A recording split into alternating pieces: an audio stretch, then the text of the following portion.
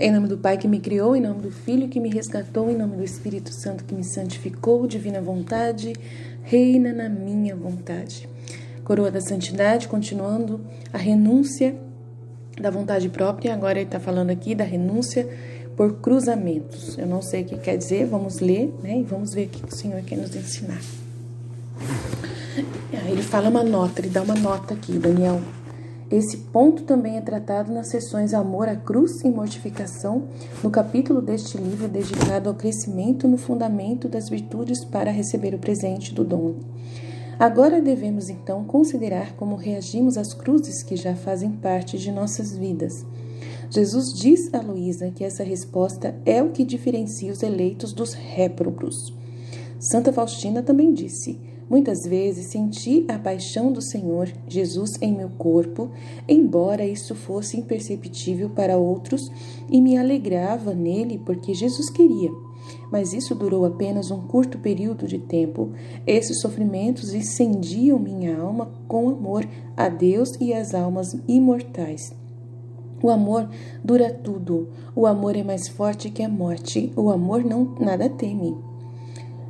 É o Diário de Santa Faustina. Deixa eu ver que data que é. 46. Verso 46, acredito. Quer que você busque, aí o Daniel disse, quer você busque ou não a mortificação da carne e uma vida de penitência, você sofrerá. Mas a pergunta é, o que você fará com esse sofrimento? Pense em como você está irritado e o que quer ou quem causou. Lamentar e reclamar? Pensar infinitamente em como você poderia evitar para tentar garantir que não precisará sentir isso novamente? Parar em nada para tentar se livrar disso? Essas atitudes não estão de acordo com a vontade de Deus ou com a confiança necessária que devemos ter na vontade de Deus. Portanto, devemos fazer um balanço de como reagimos ao sofrimento. Se, no entanto, você unir a paixão de Cristo, todo o sofrimento que a vontade de Deus permitir que você sofra e meditar sobre seus próprios sentimentos, essa conquista poderá inflamar poderosamente seu amor e desejo e descartá-lo para receber o presente. Devemos então acreditar, pois é certamente verdade, que ao nos permitir sofrer, Deus nos dá o maior presente.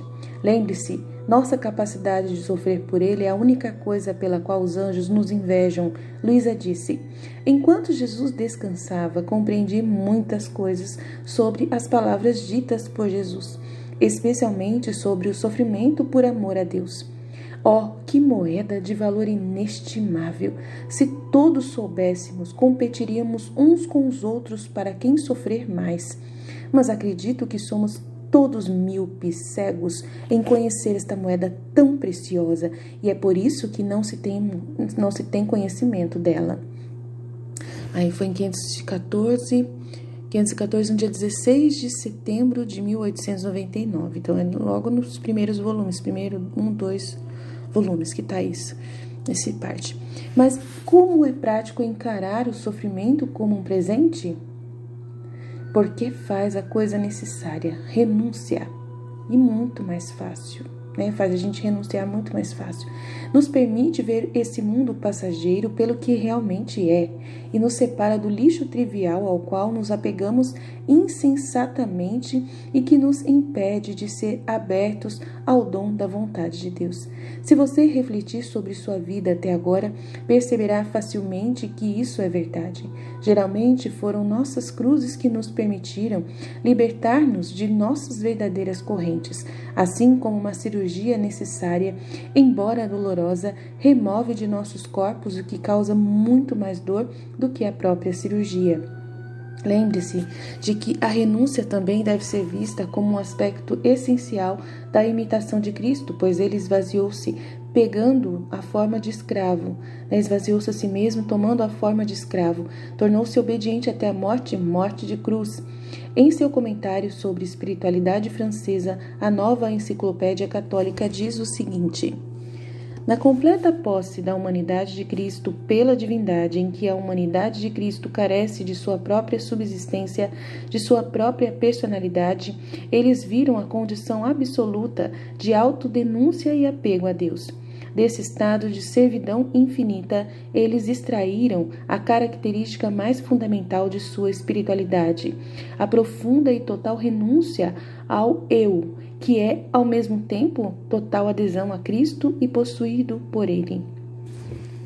Nova Enciclopédia Católica Espiritualidade, Escola Francesa, página 450. Antes decidimos que a encarnação era o maior evento da história, mas agora, considerando quanto de uma autorrenúncia foi a segunda pessoa do triplo Deus Santo se esvaziar infinitamente a ponto de nascer à semelhança da carne pecaminosa, Ele, o Deus Todo-Poderoso e Eterno, infinitamente perfeito e abençoado em si mesmo, quem não precisa de nada e de quem todas as coisas boas procedem, digno de descer de uma distância maior do que você faria se tornasse uma formiga, ou melhor, um grão de poeira, isso sem mencionar o inimaginável esvaziamento do eu através do escândalo da cruz que este onipotente Filho de Deus empreendeu. Aquele que poderia ter desfeito o universo com um pensamento, em vez enviado ele mesmo a uma morte tortuosa, pública e humilhante, confrontados com uma renúncia indescritível e indescritível do eu. Como poderíamos, quem não somos nada, ousar nos apegar ao menor pedaço de nossas próprias vontades insignificantes e patéticas? Eu concordo com tudo que ele está falando. Há muito mais a dizer sobre a renúncia à vontade própria, mas o ponto principal é que é uma batalha que deve ser travada continuamente. Não há diferença entre a renúncia da vontade própria nos escritos de Luísa ou dos Santos, referido também como abandono. Não há diferença entre a renúncia da vontade própria nos escritos de Luísa ou dos Santos. Não sei, eu não concordo muito com isso, não.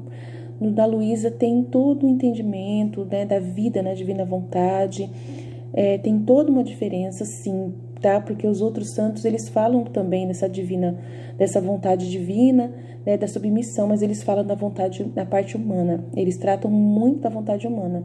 Então, o Daniel, ele não entendeu essa parte de que Jesus fala muito no livro do céu sobre a diferença, né, da vida da santidade, das virtudes e da vida da santidade na vontade divina. Se ele tivesse entendido, ele não teria escrito isso. Há uma diferença muito grande do viver na divina vontade e o viver na submissão, né, sendo humano. Tem uma diferença absurda e Jesus fala isso muito mesmo, né? Referindo aqui como abandono, ele diz rendição, abnegação ou esvaziamento. Então, na visão, assim, se você for olhar na parte humana, é parecido, tá? Mas a parte divina muda tudo e a divina faz parte do processo, tá? O que Jesus faz com a gente, o que Deus faz através da sua divina vontade, do seu fiat em nós, é totalmente diferente. Então, assim, precisa salientar muito claramente que tem uma diferença muito grande do que os outros santos escreveram, né? Santa Teresinha para trás, Santa Teresa d'Ávila para trás, né? Do que aconteceu com a Luísa, do que realmente falou para a Luísa. E foi só para a Luísa que ele falou isso, ele não falou mais para ninguém. Então, é claro que Jesus diz isso para a Luísa: olha, eu não falei isso para ninguém, só para você. Nossa Senhora falou só para a Luísa também sobre o dom da divina vontade, não falou com mais ninguém. Então, é muito importante a gente entender isso, tá? A única pessoa que sabe um pouquinho mais, que recebeu um pouquinho mais de entendimento foi a Santa Faustina, pelo que eu já percebi, né? O São Maximiliano Kolbe, a Conchita de Armida, né? A Dina Belanger, que ele já falou aqui, né? E outros aí que ele já falou, citou aqui, desses novos profetas pós-Luísa.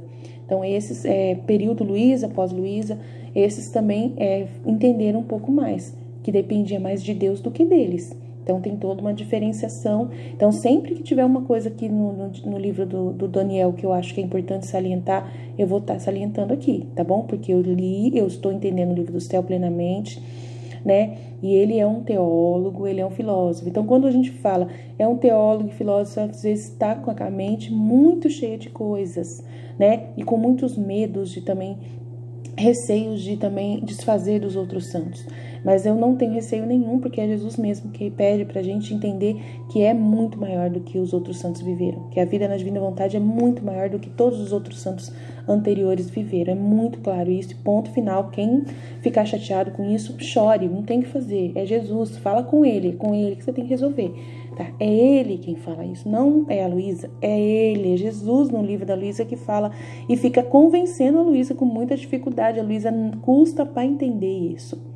A Luísa custa para entender. É Jesus o tempo todo repetindo, para poder ver se ela entende. Porque custou para ela entender que ela era uma santa especial, que ela estava recebendo um dom único, diferente de tudo. Foi muito difícil para Jesus convencer ela. Ela não conseguia acreditar.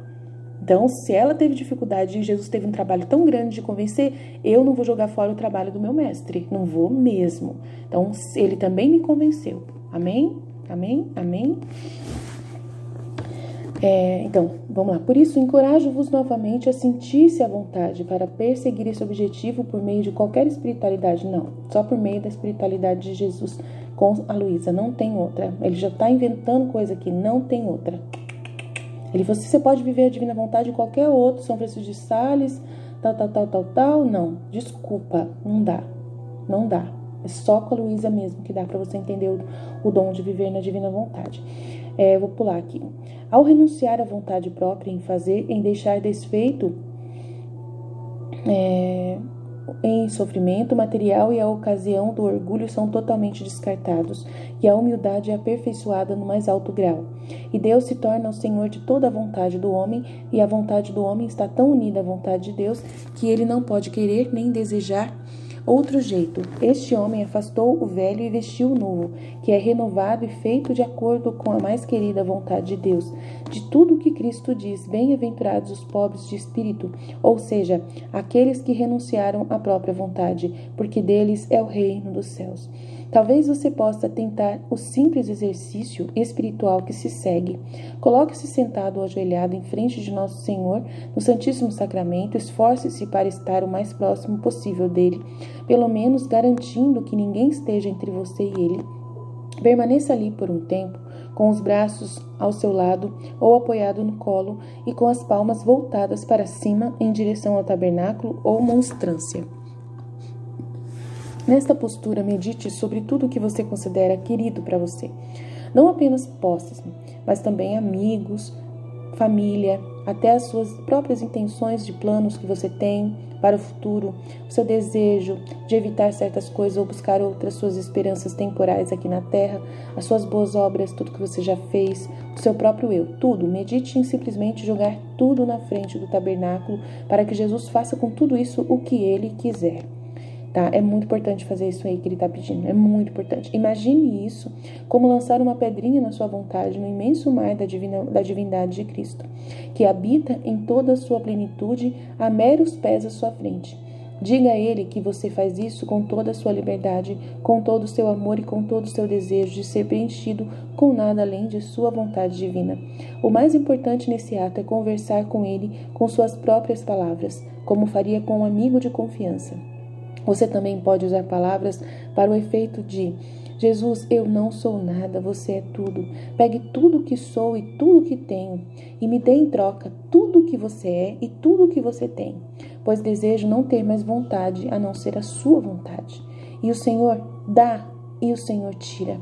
Bendito seja o nome do Senhor. Então, esse momento ali, você vai colocar diante de Deus a sua família, os seus filhos. Então, você vai entregar para Deus tudo. Se Ele quiser tirar alguém da sua vida, Ele vai tirar. E você vai se abandonar inteiramente. Você não vai ter medo de pedir para Ele tirar quem Ele quiser, quando Ele quiser da sua vida. Você vai pedir para Ele: Senhor, se o Senhor quiser um dia levar meu filho, se o Senhor quiser levar o meu esposo, me deixar sozinha por anos e anos e anos, né? Eu não encontrar outra pessoa e eu ficar sozinha, só contigo, eu aceito. Se o Senhor quiser levar meu filho e quiser depois me dar outro, e não sei o que o Senhor vai fazer, ou se o Senhor vai permitir que meu filho fique doente, com uma doença muito terrível, eu ter que ver o sofrimento dele, seja feita a tua vontade. Não é fácil fazer isso, gente, mas eu já fiz. Eu já fiz. Precisei fazer. Se eu não fizesse isso, eu não teria a plenitude do dom da divina vontade que eu estou buscando. Eu não estaria caminhando nessa plenitude que eu estou vivendo. tá? Tudo. Eu tinha um salão de beleza, entreguei tudo para Jesus, Jesus levou. Não tenho mais. Não tenho mais. Eu tinha um carro muito bom, Jesus levou. Não tenho mais. Foi muito difícil dar a casa para Jesus. Muito difícil, mas ele não levou a casa ainda. Mas eu dei para ele também. Eu também dei. Nossa, foi muito difícil. Uma das coisas mais difíceis para mim foi dar a casa e a minha família. Nossa, como foi difícil. Mas eu entreguei. Falei, tá bom, seja o que Deus quiser. E eu sei que ele leva, gente. Ele leva as coisas. Ele leva tudo. Leva tudo. A única coisa que eu tive que pedir para ele não levar foi minha sogra. A minha sogra estava muito no hospital, estava passando por uma situação muito difícil. E meu marido não estava preparado para ela morrer. E eu estava com muito medo de como ele ia ficar. E se você falar, mas você pensou em você, né? Porque ele ficando doente, você atrapalha você também e tal. Eu falei, olha, eu não pensei em nada, eu só pensei no meu marido, na fé do meu marido e no medo do meu marido se perder. Na confiança com Deus. E assim, ele falou assim, não posso perder minha mãe, não posso perder. E ele estava brigando com Deus, pedindo para Deus não tirar a mãe dele. E aí eu peguei e falei com Jesus do meu jeito, na vontade divina. Falei, Senhor, dá mais um tempinho. Prepara ele para ele poder perder a mãe dele. Não faz isso não, foi muito de repente, foi muito rápido. Prepara ele para poder perder a mãe dele. Eu sei que o Senhor é bondoso, eu sei que o Senhor é misericordioso. E eu sei que o Senhor vai ter capacidade de, o Senhor pode fazer, né, se for da tua vontade. E eu preciso muito desse favor do Senhor. Preciso muito, né? Porque eu não quero que meu marido fique doente, eu não quero que meu marido fique revoltado contigo, principalmente ele tá pecando. Meu marido já tava pecando contra Deus, gente. Ele já tava falando umas bobeiras, você não tem noção. Ele tá pecando, Jesus.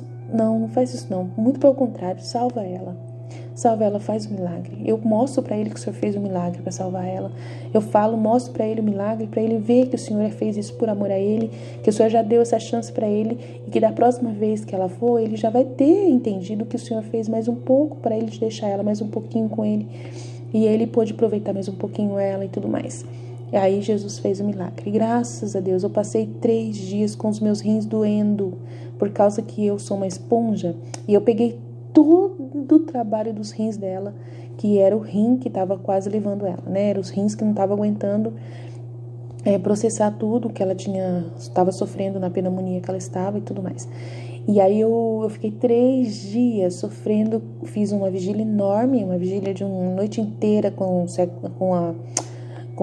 a Relógio Vivo da Paixão, e falei para Jesus, eu estou aqui, usa de mim, usa o meu corpo para salvar ela. Batata, meu Deus do céu, eu tenho esse dom, sabe? E ele me usou para ser esponja. Eu tive que passar 3 dias com dor nas costas, na região dos rins, porque eram os meus rins que estavam processando todas as toxinas do corpo dela. E ela foi salva. E eles já tinham dito que ela não passaria daquele dia, né? No dia que avisaram que ela ia morrer, falaram que ela não ia passar porque os rins não estavam suportando. Aí eu falei para Deus, ressuscita. Faz o que for preciso. Aí Jesus mandou eu ir lá, visitá-la e falar, Talita cumi. Disse pra mim que ela queria ir embora, que ela já tinha aceitado a morte e que ela queria ir embora, que eu tinha que convencer ela a não ir. Aí eu precisei ir no ouvido dela, ela tava em coma, tava sedada, tava sedada, e eu peguei e falei no ouvido dela, falei assim, Talita cumi, levanta menina, Jesus falou que é pra você não ir agora, que os seus filhos não estão preparados pra te perder nesse momento, e que eu sei que você quer ir muito, mas que ele falou pra você ficar por amor a ele, por amor aos seus filhos que estão precisando de você mais um pouco. E ela não lembra de nada disso que eu falei, mas eu falei e sei pra quem que eu falei. Né? Sei porque falei pro inconsciente dela, onde estava dizendo claramente que ela queria ir. E Jesus respeita muito a vontade da própria pessoa. Jesus falou para mim, você tem que convencer ela. Porque eu respeito muito a vontade da pessoa. Quando a pessoa está pronta, eu já para mim já está pronto para levar ela. Ela também está pronta. E se ela estiver pronta, eu levo. Aí eu peguei, eu tô toda arrepiada, gente. Nossa, falar disso. E aí eu fiz tudo isso, gente, na divina vontade. Com muita autoridade, com muito entendimento, com Jesus falando comigo, com Jesus explicando o que tinha que fazer, tudo bonitinho. E ela tá viva até hoje, muito bem, já fez mais de 1 ano que ela está aí de volta. Meu marido comemorou esse 1 ano né? De que ela saiu viva do hospital e tá aí. Hoje ele é todo carinho com ela, cuida dela bastante, faz o que ele pode para ajudar, né? E assim Deus vai seguindo o nosso curso, né? Vai caminhando com a gente. Então ele cuida de nós, tá? Ele vive conosco e ele faz a nossa vontade acontecer se a gente souber pedir. Se a gente souber pedir. Então se a gente pede por amor de almas, né? Porque eu pedi, a minha intenção maior do meu pedido foi pela alma do meu esposo, para que meu esposo não blasfemasse, para que meu esposo não pecasse e para que meu esposo não ficasse revoltado com Deus, né?